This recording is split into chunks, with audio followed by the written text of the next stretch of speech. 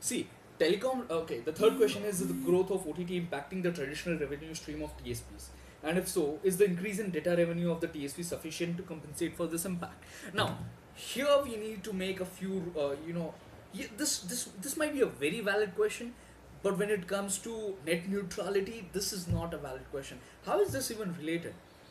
Just because internet is provided by ISPs who were erstwhile telecom operators doesn't mean that other large market players, other large businesses have to be curbed, their business activities have to be curbed just because these fellows are crying that hey, we don't have enough revenues, you missed the bus, you didn't innovate. Your failure should not be the concern of the public. Understand that. So that's the third thing. Now, my question to TRAI is why is their incompetence? Why should we be worried? Why should we be worried about the revenues of a private player? Answer that question to me. Answer that question for me and for everybody else, actually. Why should we be worried about the revenues of ISPs or telecom providers? One question, and this is classic market economy for the poor and socialism for the rich. We US government bailed out all these banks in 2008 from the taxpayers' money after they arguably took the entire global economy down.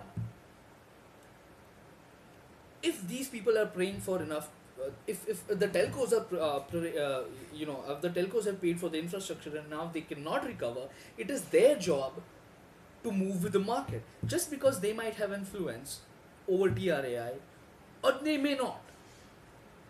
Just making that statement might make me eligible for slander. Anyways, just just because you cannot innovate, or just because you cannot find new revenue streams, just because you cannot own new businesses, new ways to give the services that you erstwhile provided, why should other businesses be regulated? These businesses, see, it's like suppose National Highway Authorities of India. Suppose National Highway Authorities of India were a private player and they set up the infrastructure, okay, and now they are saying, hey, we made these highways, and now somebody else has made some other instrument through which people are transporting themselves. They call it something like railways, assuming railways come later. Should railways be banned?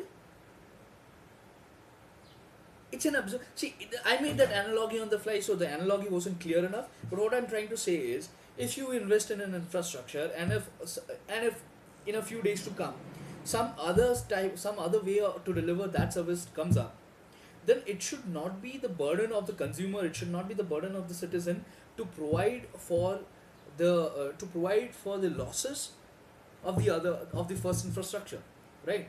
So we need options. That's what market economy does.